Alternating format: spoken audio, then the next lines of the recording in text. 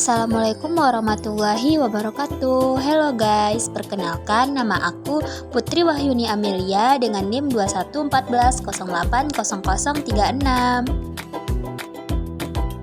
Nah, judul video aku kali ini adalah menjelajahi dunia panas dan dingin dengan memahami proses termodinamika.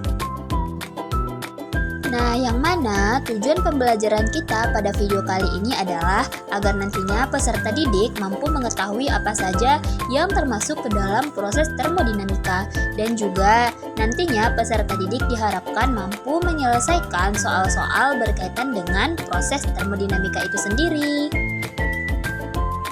Nah, apa saja sih yang termasuk ke dalam proses termodinamika? Nah, proses termodinamika itu dibagi menjadi 4 macam. Yang pertama ada isobarik, yang kedua isotermis, yang ketiga isokorik, dan yang keempat adiabatik. Nah, pembahasan kita yang pertama yaitu proses isobarik, yang mana proses isobarik ini diartikan sebagai transformasi atau perubahan dari gas pada tekanan yang konstan atau tetap. Ingat ya, isobarik terjadi pada tekanan yang konstan atau tetap. Jika kalor nanti dialirkan pada sistem yang melebihi tekanan tetap, maka volumenya akan bertambah selaras dengan jumlah kalor yang masuk. Nah, apa sih contoh dari proses isobarik? Proses isobarik contohnya dalam kehidupan sehari-hari yaitu pemanasan air di dalam mesin uap. Yang kedua, kita akan membahas tentang proses isotermik, yang mana proses isotermik ini merupakan proses termodinamika yang berlangsung tanpa perubahan suhu. Proses isotermik bisa diartikan sebagai transformasi atau perubahan keadaan sistem pada suhu yang konstan atau tetap.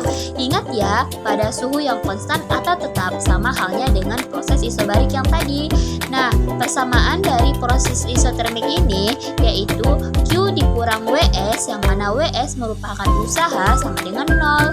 Contoh dari penerapan proses isotermik dalam kehidupan sehari-hari adalah mesin pendingin ruangan atau AC.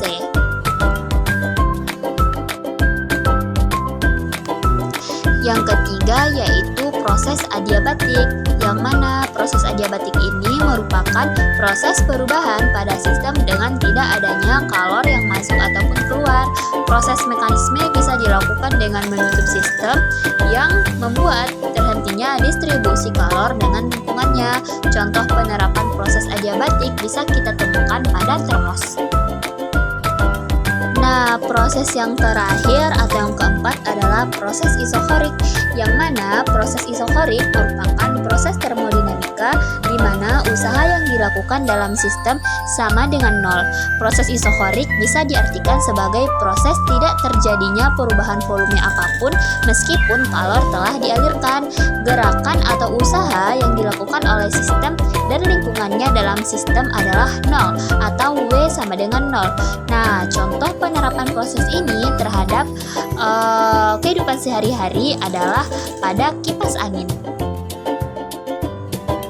Nah, selanjutnya dalam video terdapat diagram proses termodinamika, yang mana isobarik dapat kita lihat dalam diagram usaha dia berbanding lurus dengan tekanan dikalikan dengan perubahan volume. Sementara isokorik itu usahanya itu sama dengan 0, dan isotermal perubahan energi dalamnya yang sama dengan 0, sementara adiabatik muatan sama dengan 0. Nah, berikut contoh soal aku paparkan terkait dengan materi proses termodinamika, yang mana soal yang pertama yaitu disajikan grafik tekanan volume gas yang mengalami proses isobarik. Nah, usaha yang dilakukan oleh gas pada proses A ke B adalah: langkah pertama yang kita lakukan adalah kita analisis dulu apa saja yang diketahui dalam soal, yang mana tekanannya itu sebesar 5 kali 10 pangkat 5. Volume pertama yaitu 2 meter kubik dan volume kedua yaitu 6 meter kubik. Yang ditanya adalah berapakah usaha pada proses A ke B. Nah, langsung saja kita selesaikan soal yang tadi, yang mana rumus untuk mencari usaha pada proses isobarik yaitu W sama dengan P besar dalam kurung V2 dikurang V1, yang mana P sudah kita ketahui sebesar 5 kali 10 pangkat 5, V2 6 meter kubik, dan V1 2 meter kubik. Maka langsung saja kita kalikan 5 kali 10 pangkat 5 dikalikan dengan 4. kali 10 pangkat 5. 20 kali 10 pangkat 5 Newton per meter kubik sama dengan 20 kali 10 pangkat 6 Joule. Nah, di sini juga aku sudah menyajikan atau memaparkan contoh soal yang kedua. Nah, yang mana soalnya perhatikan grafik perubahan proses termodinamika tersebut. Nah, bagaimanakah perbandingan usaha pada proses 1 dan 2 berdasarkan grafik tersebut? Nah, di sini aku akan membahas soal yang nomor 2 tadi, yang mana diketahui dalam soal itu proses pertama tekanannya itu sebesar 15 Newton per meter persegi.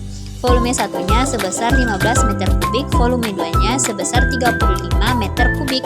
Sementara pada proses 2, tekanannya itu sebesar 10 Newton per meter persegi, volume satunya sebesar 5 meter kubik, dan volume 2-nya sebesar 45 meter kubik. Adapun yang ditanya dalam soal nomor 2 itu adalah berapakah perbandingan usaha pada proses 1 dan 2. Nah, mari kita selesaikan soal nomor 2 tadi. Nah, langkah pertama yang kita selesaikan yaitu dengan mencari usaha pada usaha 1 dan juga usaha yang kedua. Dengan menggunakan rumus usaha sama dengan tekanan dikalikan dengan volume 2 dikurangkan dengan volume 1. Pada usaha 1, tekanannya itu sebesar 15 Newton per meter persegi, V2-nya sebesar 35 meter kubik, dan V1-nya sebesar 15 meter kubik. Nah, 15 Newton per meter persegi kita kalikan dengan 20 meter kubik. Dapatlah hasilnya usaha pertama yaitu sebesar 300 Newton atau sama saja dengan 300 Joule. Nah, lanjut kepada usaha yang kedua dengan rumus yang sama yaitu P dikalikan dengan V2 dikurang dengan V1. Nah, P-nya sebesar 10 Newton per meter persegi, V2-nya 45 meter kubik, dan V1-nya 5 meter kubik. Nah, 10 Newton per meter persegi kita kalikan dengan 40 meter kubik, hingga dapat nanti hasilnya sebesar 400 Newton per meter kubik atau sama saja dengan 400 Joule. Jadi, perbandingan antara usaha 1 dan usaha 2 adalah 300 berbanding 400 atau 3 banding 4. Nah, oke adik-adik, untuk meningkatkan pemahaman kalian terkait dengan proses dari termodinamika ini, maka aku memaparkan latihan soal yang nantinya bisa adik-adik jawab di rumah sembari dengan mengulang-ulang kembali atau mengulas kembali pelajaran tentang proses termodinamika ini. Nah, jadi kesimpulan yang dapat kita ambil dari materi proses termodinamika ini yaitu isobarik tekanannya itu selalu tetap, dan isotermis suhunya selalu tetap atau perubahan energi dalamnya itu sama dengan 0. Isohoris volumenya tetap atau bisa juga disebut dengan isovolumis atau isometrik. Usaha sama dengan 0. Nah, adiabatik tidak terjadi pertukaran kalor atau Q sama dengan 0. Sekian dulu video pembelajaran kita pada kali ini. Selamat belajar dan wassalamualaikum warahmatullahi wabarakatuh.